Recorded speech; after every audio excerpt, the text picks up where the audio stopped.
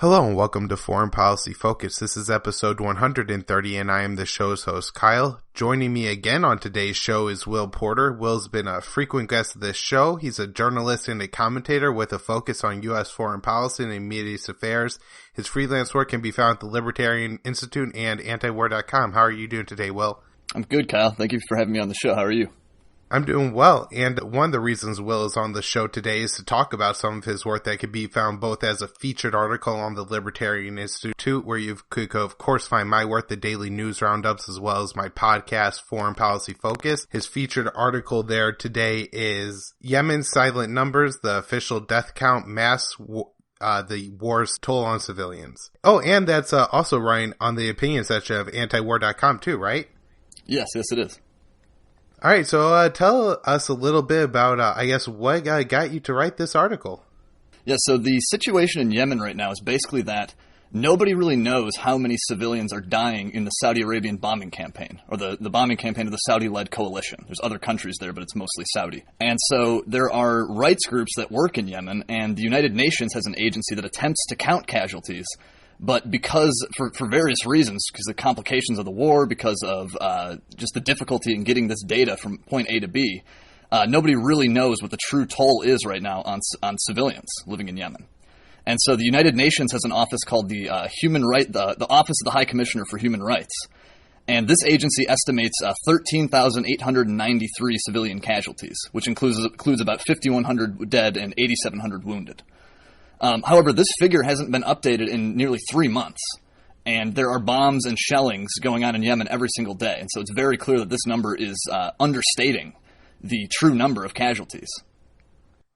Absolutely, and this is something that I've discussed on the show before, and I've expressed my frustration with, is that, when I'm trying to tell people, hey, look how awful this Yemen war is, one of the first things they look for is, well, how many people have died? And if you go and put that in the Google machine, it comes up with 5,000 something civilians have been killed. But can you explain to us, Will, why me, you, and all the other people that, read the actual news and know what's going on in Yemen know there are so many more people dying in Yemen? Yeah, sure. And so one of the major obstacles right now in front of the OHCHR and other rights groups as far as counting the number of casualties is the fact that they rely on medical facilities for some of this data. And if you read the New York Times in July, you'd know that 65% of hospitals and medical facilities in Yemen right now are damaged and destroyed. And so this leaves the UN basically without the data that it needs to count these casualties. And so it's guaranteed that more are dying than what the UN says, just because they haven't updated the number in 3 months. However, even if they were steadily updating that number, there's still tons of obstacles in front of the agency for getting that number. And so we don't know exactly how many civilian casualties there have been, in fact. One journalist that I spoke to in Yemen named Nasser Arabi told me that it may be as high as 70,000. Which is like way higher than the UN's current estimate of 13 or 14,000. And so, yeah, a large reason that we know there are more casualties than are being reported is simply the fact that the delay in the updating of the figure. Now, Will, with that 70,000 number that Nasser puts out there, do you know if that is specific to dying in conflict, either being killed by maybe a Houthi mortar or being shot by a Houthi sniper or bombed by Saudi Arabia or, killed by Al-Qaeda, ISIS, or if that includes those dying of cholera and starving to death? No, Nasser definitely specified that this is civilians dying in the conduct of hostilities. So this would be like coalition airstrikes and shelling and stuff. That's completely separate from the figures related to all the war-related deprivations and the disease and the famine and stuff. The 70,000 is just people who have been killed in hostilities. And was anybody able to give you an estimate on how many people may be dying in the war outside, due to blockade, famine, cholera, etc.? Nobody was able to give me a real round number. All we have are sort of partitioned data figures. And I can run down some of this data to explain. It kind of gives you the humanitarian situation in numbers right now, if you'd like me to do that. Yeah, go for it. All right, so in addition to the about 14,000 that the OHCHR estimates killed just by bombings and stuff, the World Health Organization estimates that 20 million people right now are in need of urgent humanitarian assistance of some sort. And 11 of those 20 million are children. And Yemen's population is only 28 million people, so 20 million here, we're talking like almost 4/5 of the whole population. As I mentioned earlier, 65% of Yemen's hospitals have been damaged or destroyed in the war. That leaves 14 million people without access to health care. The World Health Organization also reports that 17 million people don't know where their next meal is going to come from, and 7 million of those are completely dependent on food aid. And we haven't even got into the coalition blockade of Yemen's commercial ports, which has really worsened this food and medical crisis by orders of magnitude. And so we mentioned cholera. There's 900,000 cases of suspected cholera right now, and there's been about 100 or 200 documented cases of another disease called diphtheria. And so, like I said, all of this is being completely worsened by the blockade, and if desperately needed aid that's sitting at ports right now doesn't get into Yemen, the World Health Organization estimates that somewhere around 150,000 children could die in the coming months. I know those numbers sound insane, but for Will and people like me who have followed this story all along, this is something that's been predicted from pretty early on. They talked about just the conditions in Yemen where the people in Yemen don't grow their own food anymore. They grow coffee at the farms. And the way that Saudi Arabia destroyed the infrastructure of Yemen early in the war, it kind of set the stage for this to happen. And so while it may sound unbelievable that there's been a chain of events going on now for the past 3 years that, maybe you haven't been informed on is why that sounds unbelievable. But for those of us who have followed it the whole time, this is certainly believable to me. I am not surprised at all by any of this. And in fact, I would, just hearing what's going on, expect the numbers to be even higher than some of the, estimates. Yeah, indeed. This is not something that's just suddenly occurred. I mean, as early as 2 years ago, this humanitarian crisis was already sort of on a slow simmer. A year ago, this was already the worst humanitarian crisis on Earth, and that was before the cholera outbreak even. And you mentioned the destruction of infrastructure and roads and stuff, and that doesn't only include roads. That's bridges, that's hospitals, that's farms and factories, and this has sort of disrupted the local economy in Yemen as well, which has led to skyrocketing prices for things like food and fuel. And I spoke to one young man from Yemen who was describing the sort of the situation for people in more rural areas. And he was saying because of the destruction of hospitals, what used to be a 2-hour drive to the hospital that was closest to you now turns into a 10-hour drive. And now because the roads are destroyed or because there's a blockade, that 10-hour drive is now a 20-hour drive. And so if you have a child who's suffering from diphtheria or cholera, or if you're bleeding from a gunshot wound, that 20-hour drive is probably going to spell your death. And because you're now out in the rural countryside, the United Nations is not going to count your death. Yeah, I mean, it's amazing that those are the conditions in Yemen. And like I was talking about in the last show, I'm kind of waiting for that moment where everybody seems to say, oh, and doesn't let this happen. Because to me, it seems as simple as just giving the Yemeni people aid and knocking off the Saudi air war. And at least then you could cut down on the humanitarian catastrophe. I mean, we may have continued forces fighting between the Houthis and Al-Qaeda and the forces loyal to Salah and Hadi. But at the same time, people are, could stop starving to death very, very quickly here. So are we moving close to any of those moments, Will? I mean, what do you think is going to happen? Are all these people just going to die? Well, I certainly hope not, but there doesn't seem to be much of an indication that there's a major policy shift in the works. Now, the president, Donald Trump, did call on the Saudi coalition to allow some aid into the country recently. And U.S. Aid, a department or an agency of the State Department, also recently made like $150 million worth of food aid available to the Yemenis. It's still sitting at port right now, but it seems there is some moves on behalf of the U.S. government to try to maybe change this, but nothing significant. And throughout this entire conflict, since the Houthis stormed Sana'a, the United States has given the Saudi Arabians and their coalition every manner of aid. We've sold them weapons. We've given them we've run interference for them before the United Nations Security Council. There's a lot of things we've done, mid-air refueling and vehicle maintenance and stuff. And so basically without American assistance right now, this could not happen. The Saudi coalition wouldn't have the diplomatic support it needs. It wouldn't have the logistic and targeting assistance and the weapon sales. And so the United States could, if it wanted to, put pressure on the Saudi coalition to end this, but we're only seeing very small dribs and drabs of that kind of pressure. Yeah, that was a great point, and I just didn't want to skip over it, and that's the American involvement in what's going on right now in Yemen. Even if it seems that America can't have an interest in Yemen, especially not fighting on that side of the war, which is the same side of the war that Al-Qaeda and ISIS are on. So essentially, by supporting Saudi Arabia in this conflict, we are supporting Al-Qaeda and ISIS, but there's really no interest. And so highlighting how the United States is supporting Saudi Arabia here is really important, because the United States could just stop. I mean, it's not going to hurt any American civilians at all, ever, if the Americans stop bombing Houthis. Absolutely. All right, well, I also brought you on the show to discuss another topic, and that is a big one out in the world today, and that is the New York terror attack, or attempted terror attack. Why don't you fill us in a little bit on the story? I know I talked about it a little bit on the past 2 episodes, but I think we'll could lay it out very well. Sure. So just to briefly kind of recount what happened here, a 27-year-old man, a Bangladeshi named Akayed Allah, he strapped a pipe bomb to himself and tried to detonate it in a New York train terminal near Times Square.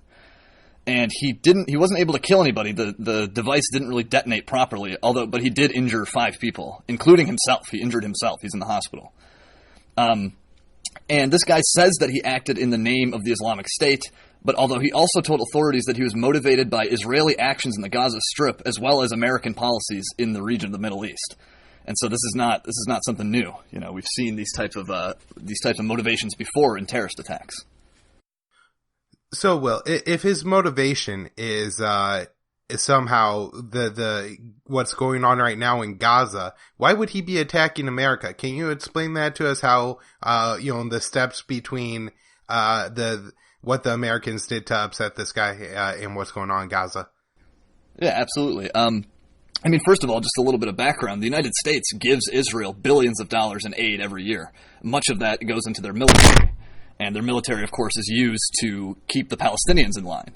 And so the Americans are basically like, we're helping the Israelis be the Palestinians' prison warden. And so that's the general reason why anybody might be upset about this. However, just recently, our president, Donald Trump, announced that he was going to recognize the city of Jerusalem as Israel's capital city, which is a major move. Prior American administrations have tried to, at least on this question, tried to maintain some kind of neutrality, even if in general they're not neutral or impartial at all. However, this announcement that he's going to recognize Jerusalem as Israel's capital city has been a major destabilizer in the region. It's provoked protests in Palestine, and about 2,000 people have been injured, 4 have died, and it's also apparently provoked people like this Allah guy to carry out this attack.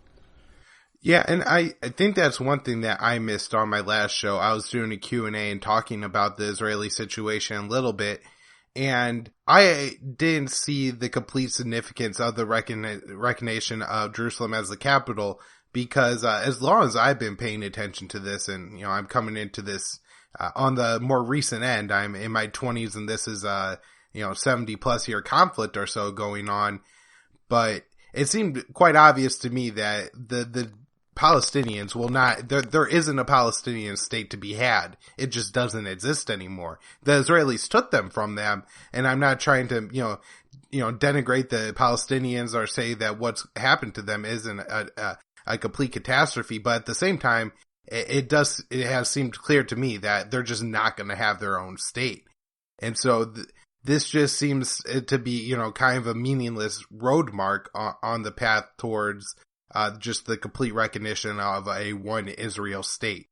So I think that's some pretty good analysis that you provide in explaining that one of the reasons this is so significant is it could provoke people into carrying out terrorist attacks against the United States, because for a lot of people this does cover an awful lot of weight and significance on an emotional level. Yeah, indeed.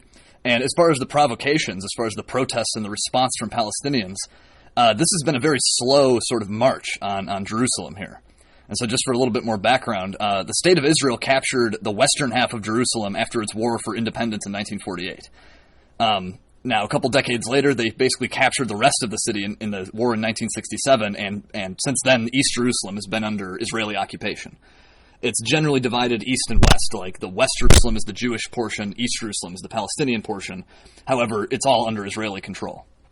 And the biggest thing here, like the tensions and the emotions run so high over Jerusalem because there are several different holy sites located in the city for like the major three Abrahamic religions. You have the Temple Mount, you have the Wailing Wall, the Al-Aqsa Mosque. And so you can imagine how this has led to conflicting claims over who should control the city.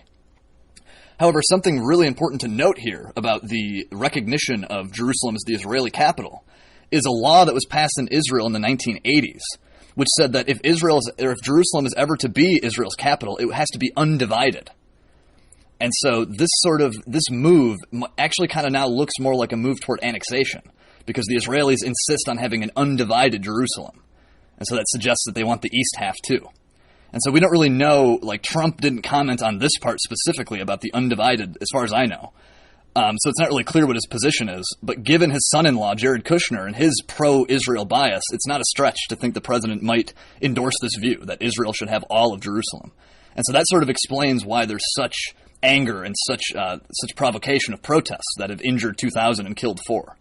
Yeah, and I just to expand on the point about Kushner, and this is something that I speculated on as to why Trump would have made this move in the first place.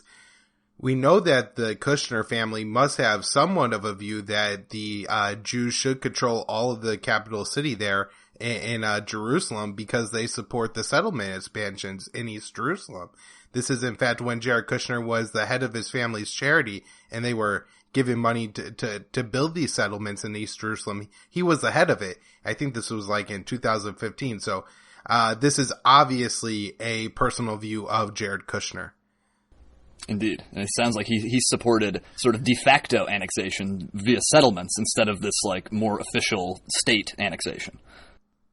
All right, well, so to rewind a little bit and looking at, what kind of support Americans are giving the Israelis and why somebody who would look at this situation would blame America for what's going on to the Palestinian people, why don't you explain the support in more detail?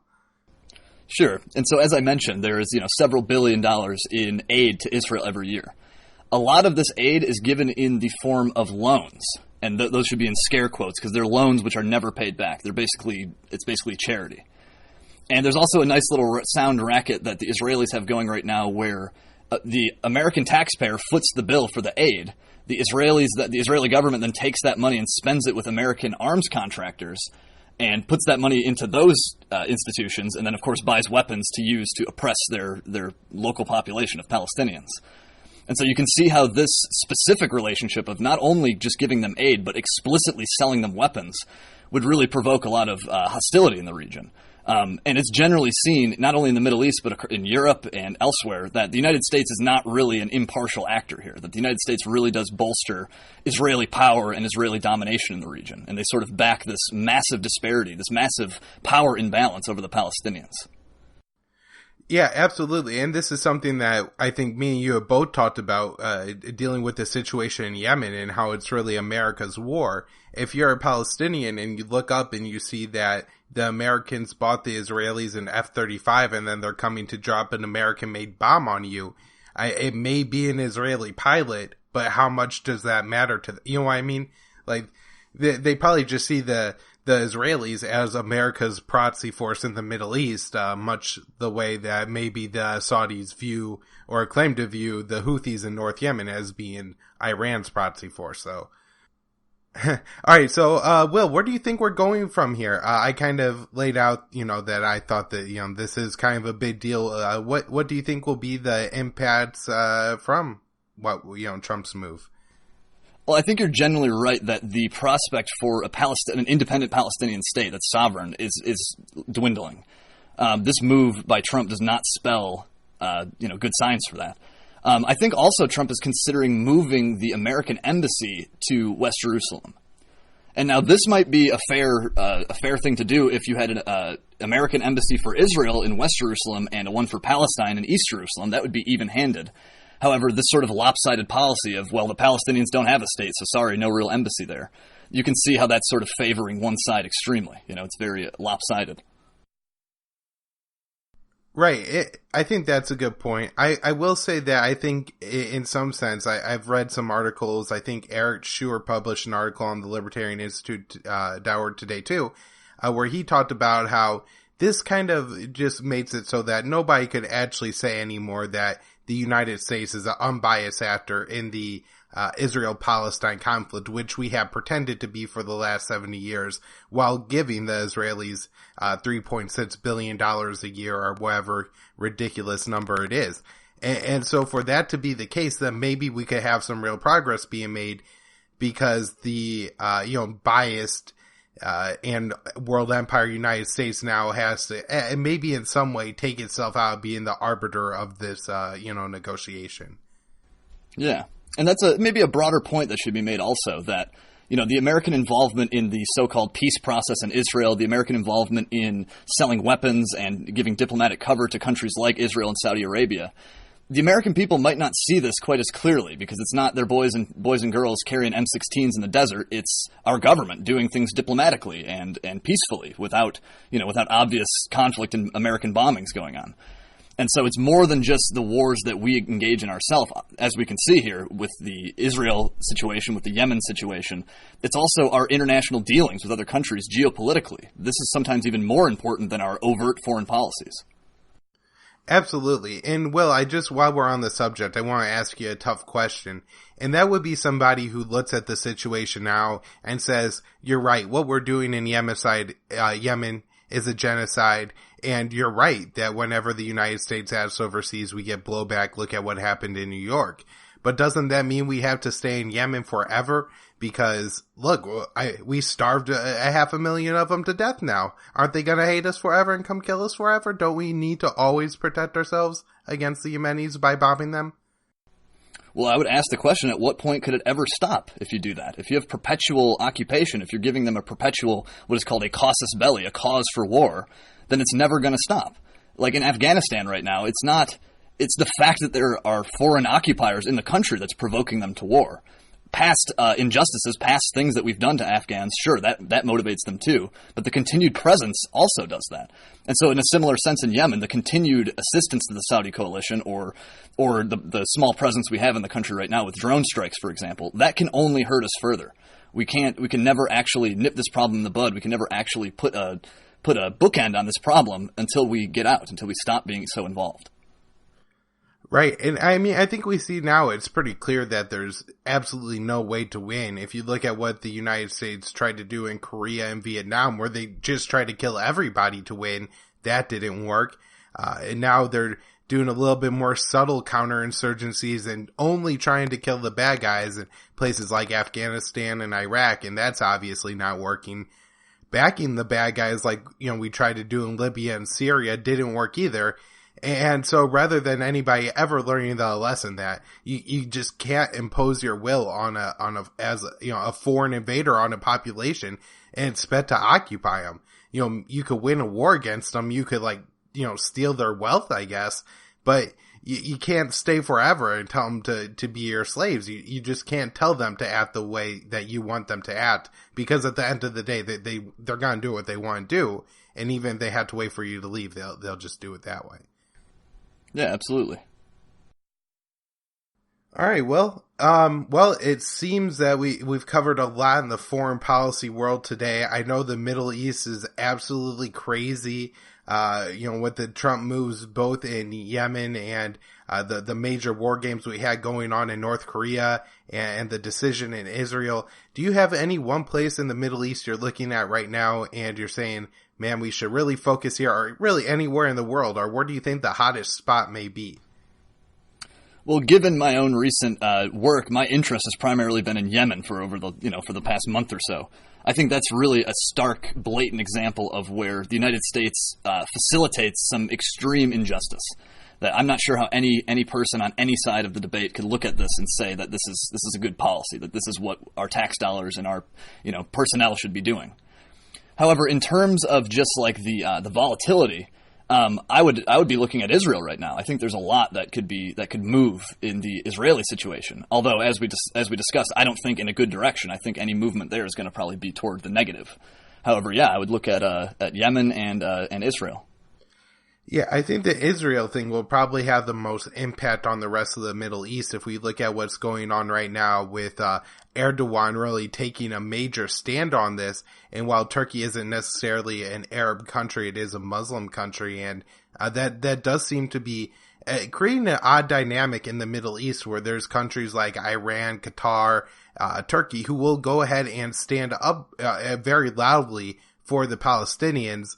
And while the Saudis kind of bumble along and just remain American sock puppets, and to see how this all plays out, and if we do have any real shifts in Mideast alliances or anything like that, I think this is probably more significant than anything else going on right now. Even though I don't know how much, actual impact the announcement itself of, the United States recognizing Jerusalem as a capital will change any facts on the ground for the people who live in Jerusalem, East Jerusalem. I think in Israel, we just continue to see the slow erosion of the Palestinian homes. I think I was just talked about in the last show that they destroyed another 410 Palestinian homes this year as they just kind of slowly take the whole West Bank. So that seems to be that. Yeah, looks about the shape of it. All right, do you have anything you want to final up with or say before we close out today's show, Will? I don't think so as far as news goes. As far as my writing, you can find my freelance work at the Libertarian Institute and at antiwar.com. Also at the Daily Sheeple, you can find a lot of my older stuff. And you can find me on Twitter at WKP_ANCAP, ANCAP.